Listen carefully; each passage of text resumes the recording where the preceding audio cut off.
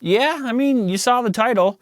I got the iPhone 14 Pro, bought it on launch day. It's been a couple months, a few months, whatever, and I kind of regret it. So let's back up for a second. Why do you buy new phones? Why do you buy new phones every time they release? Assuming you don't need it. Like maybe you've been using an older iPhone or older phone in general for a few years and it is time to upgrade. The iPhone 14 Pro was a decent upgrade for you, so you got it. But for the rest of us, why do we buy new phones every year, especially in the past few years? I feel like a broken record here, especially if you watch this channel often. You've heard me say the next part like a lot. Don't worry, hang on. I have a point. I am a tech YouTuber, person, guy, whatever you want to call it. My life, for the most part, is totally saturated with new technology. And I'm very grateful for that. The latest iPhone, the fastest Mac, whatever, yada yada, you know. And I guess because I'm a tech YouTuber person, that's why I buy new stuff, or at least that's why I tell myself I need the new stuff. I have a few excuses I use, really. Oh, there's the new one. Oh, it's got a new color. Oh, it's a different shape. Or my favorite one, it's for my job. Okay, but really? Really? Myself? You know, as I get older, and especially this year for some reason, this year has really changed how I think of technology in general. I just gotta ask myself, and you, why? Like, I don't need this, I didn't need this, and I think it has added literally zero to my life. The Dynamic Island is really cool and it's cute. It does bouncy stuff. The cameras, they're supposed to be better, but you won't notice that in day-to-day use if you're coming from the last year's phones or even maybe the year before that. And even though the camera hardware is technically better, it doesn't really matter because iOS in the end will just overprocess, overcompress the image, making it look overly sharp or just sometimes outright bad.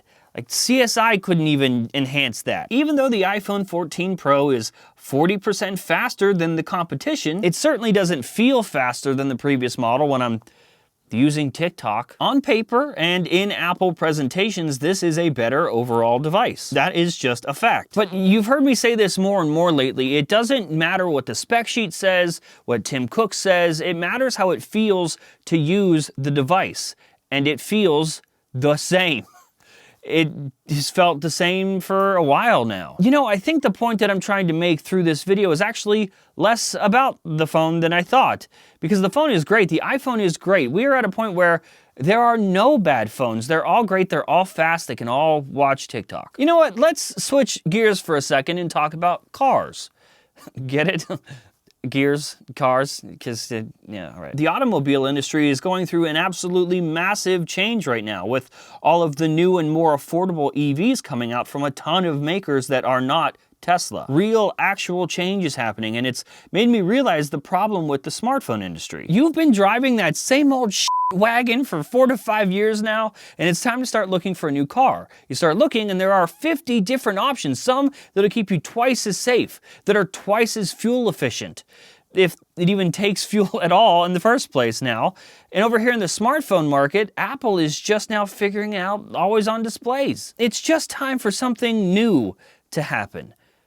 Something new with the industry, or something new with me. The Dynamic Island isn't it. Foldable phones aren't it. We've hit a point where there's nothing wrong with using phones from 2 or 3 generations ago. The iPhone gets incrementally better every year for a reason. Apple doesn't release a new iPhone generation for the people that bought an iPhone last year. The mass market doesn't do this. They do it when they have an upgrade available, or when they paid off their last phone, or maybe they absolutely need one because they dropped their iPhone 8 in the toilet again. The iPhone 14 Pro isn't bad, and Apple isn't doing anything wrong, really. It's just probably not worth your money most of the time. It's right here in the tech space, in particular, where a lot of you are conditioned to feel like you need the new one because of people on Twitter, what you're seeing online, or your favorite tech YouTuber showing you the shiny new phone with their 8K camera, making it look all cinematic and important.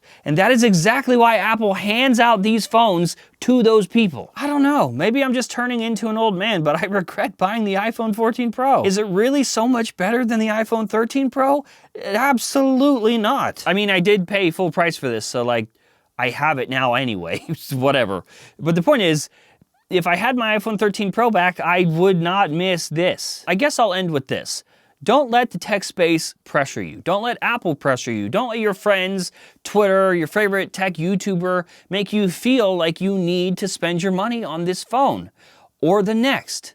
Again, unless you dropped it in the toilet. I don't really hate the iPhone 14 Pro. I don't hate any new phone. Actually, they're great. They're all great. And that's the problem. Because if all of them are great, none of them are.